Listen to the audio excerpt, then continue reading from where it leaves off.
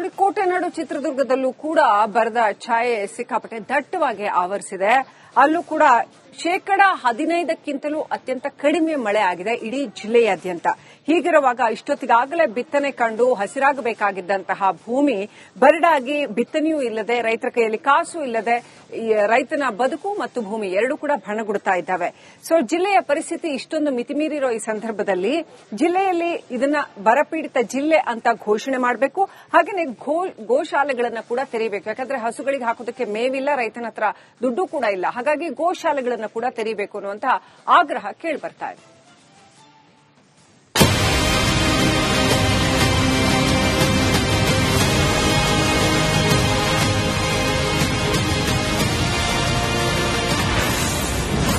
ಕೋಟೆನಾಡಲ್ಲಿ ಭೀಕರ ಬರಗಾಲದ ಭೀತಿ.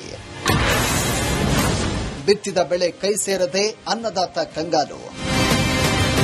ಹೌದು, ಇದು ಕೋಟೆನಾಡು ಚಿತ್ರದುರ್ಗದಲ್ಲಿ ಸೃಷ್ಟಿಯಾಗಿರುವಂತಹ ಭೀಕರ ಬರಗಾಲದ ಕರಾಳ ದೃಶ್ಯ. ಪ್ರತಿ ವರ್ಷ ಈ ಹೊತ್ತಿಗೆ ಹಚ್ಚ ಹಸಿರಿನಿಂದ ಕಂಗೊಳಿಸಬೇಕಿದ್ದ ಮಣ್ಣಿನ ಮಡಿಲು ಇಂದು ಮಳೆಯಿಲ್ಲದೆ ಧೂಳಿನ ಎದ್ದೇಳುವ ಬೆಂಗಾಡಾಗಿ ಮಾರ್ಪಟ್ಟಿದೆ.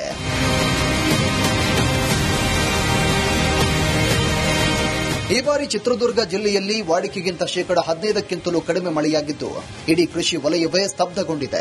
ಮುಂಗಾರು ಮಳೆಯನ್ನೇ ನೆಚ್ಚಿಕೊಂಡು ನೇಗಿಲು ಹಿಡಿದಿದ್ದ ಅನ್ನದಾತ ಮಳೆರಾಯನ ಕಣ್ಣಾಮುಚ್ಚಾಲೆಯಿಂದಾಗಿ ಕೃಷಿ ಚಟುವಟಿಕೆಗಳನ್ನೇ ಆರಂಭಿಸಲಾಗದೆ ಕಣ್ಣೀರಲ್ಲಿ ಕೈ ತೊಳಿತಾ ಇದ್ದಾನೆ.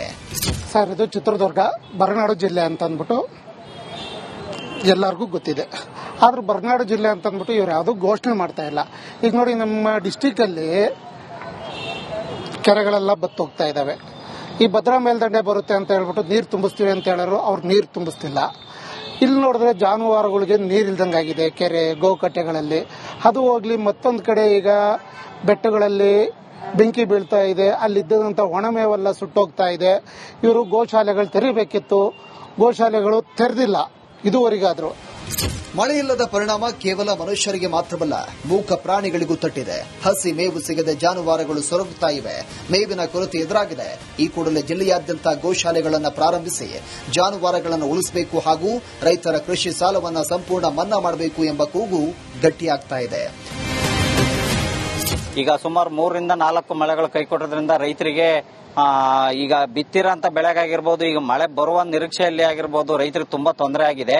ಇಂಥ ಸಂದರ್ಭದಲ್ಲಿ ನಾವು ಜಿಲ್ಲಾಧಿಕಾರಿಗೆ ಮನವಿ ಮಾಡ್ತೀವಿ. ನಮ್ಮ ಇಡೀ ಜಿಲ್ಲೆ ನೀವು ನೋಡಬಹುದು, ಇಡೀ ರಾಜ್ಯಾದ್ಯಂತ ಎಲ್ಲ ಕಡೆನೂ ಮಳೆ ಬರ ಆಗಿ ಛಾಯೆ ಆವರಿಸ್ತಾ ಇದೆ. ಇಂಥ ಸಂದರ್ಭದಲ್ಲಿ ನಾವು ಜಿಲ್ಲಾಧಿಕಾರಿಗೆ ಮನವಿ ಮಾಡಿದ್ದೀವಿ.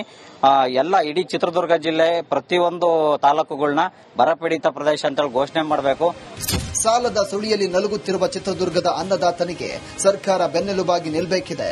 ಕಂಗೆಟ್ಟಿರುವ ರೈತರು ಹಾಗೂ ಮೂಕ ಪಕ್ಷಿ ಜಾನುವಾರುಗಳ ಹಸಿವು ನೀಗಿಸಲು ಅಧಿಕಾರಿಗಳು ತಕ್ಷಣವೇ ಕಾರ್ಯಪ್ರವೃತ್ತರಾಗ್ತಾರಾ ಅನ್ನೋದನ್ನ ಕಾದು ನೋಡಬೇಕಿದೆ.